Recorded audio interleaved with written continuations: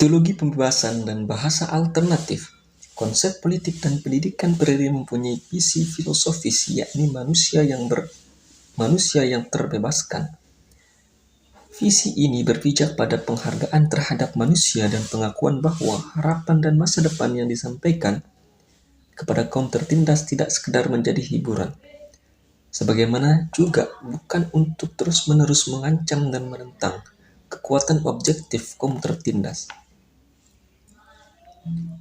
Dengan memadukan kritik perlawanan kolektif yang disertai dengan filsafat harapan tersebut, Freire telah menciptakan bahasa alternatif yang berpangkal pada apa yang disebut sebagai visi profetik yang abadi. Dalam visi profetik ini terdapat keyakinan seperti kata Dorothe de Soele dalam Couching Life, hidup ini menjadi berarti bagi saya dan mungkin segalanya. It is a great yes to life, mengharuskan kita agar mempunyai kekuasaan untuk memperjuangkan masa depan. Perlawanan Freire terhadap semua bentuk penindasan, gagasannya tentang hubungan kritik ideologi dan gerakan massa, dan visi politik profetiknya berhutang budi pada semangat dan dinamika ideologis masyarakat pada waktu itu. Semangat dan dinamika ideologis ini telah mengimbas pada dan terjadi ciri teologi pembebasan. Teologi pembebasan pertama kali muncul di Amerika Latin pada tahun 1970-an. Di sini sebenarnya Freire mengkritik dan sekaligus menyelamatkan ajaran Kristen yang revolusioner. Pembaca akan mengetahui dalam buku ini bahwa Freire melancarkan kritik terhadap gereja karena sikap reaksionernya. Dia meyakini Tuhan dan menaruh harapan kepadanya yang telah menciptakan sejarah dan membiarkan hamba-hambanya menjadi tertindas. Tetapi ajaran-ajarannya justru tidak mampu mengubah sejarah. Dalam bahasa Freire, melihat kondisi yang seperti ini seharusnya cinta kasih Kristiani menaruh perhatian terhadap kasus-kasus eksploitasi manusia. Dalam membicarakan teologi pembebasan, Freire memberi obat penangkal teoritis yang meyakinkan terhadap sinisme dan keputusasaan banyak kelompok kiri yang juga melancarkan kritik secara radikal terhadapnya. Analisanya yang tampak utopis menjadi konkret karena semangat pembebasan dan rangsangannya, serta menjadi starting point yang bersifat kolektif di dalam berbagai macam keadaan sejarah dan khususnya tatkala terjadi penindasan. Analisanya dilakukan utopis karena menolak untuk menghindar dari risiko dan bahaya yang mengancamnya sebab dia menentang struktur kekuasaan yang dominan. Visi politiknya dikatakan profetis karena seharusnya manusia meyakini kekuasaan Tuhan sehingga memiliki kesadaran dan semangat untuk selalu menumpas kebatilan. Kesadaran yang dimaksud Freire di sini muncul karena penderitaan kaum tertindas, bahwa penderitaan ini tidak boleh berlanjut dan visi profetik ini merupakan proses yang harus berkelanjutan.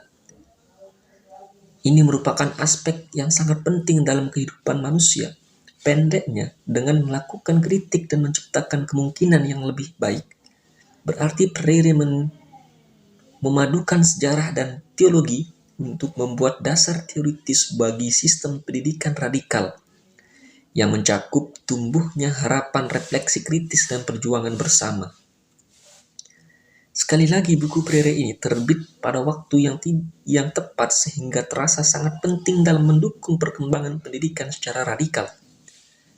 Dalam buku ini kita akan menemukan Freire sebagai ahli dalam berdiskusi tentang kontradiksi-kontradiksi pendidikan dan emansipasinya.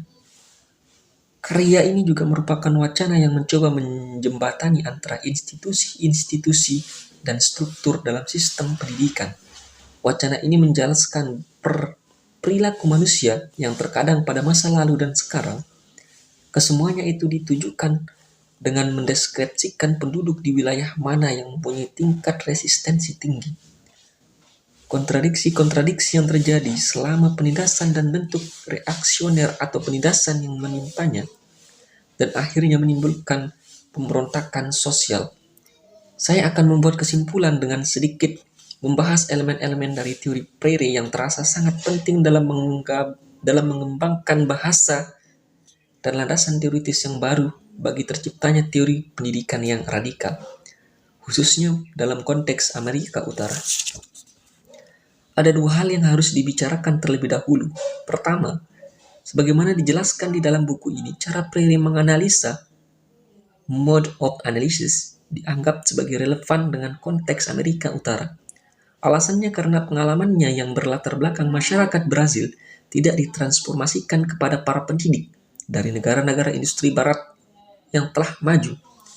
Tentang hal ini, Freire mengantisipasinya dengan menunjukkan banyaknya contoh dan variasi pengalaman pendidikannya, sehingga karyanya ini mempunyai cakupan internasional.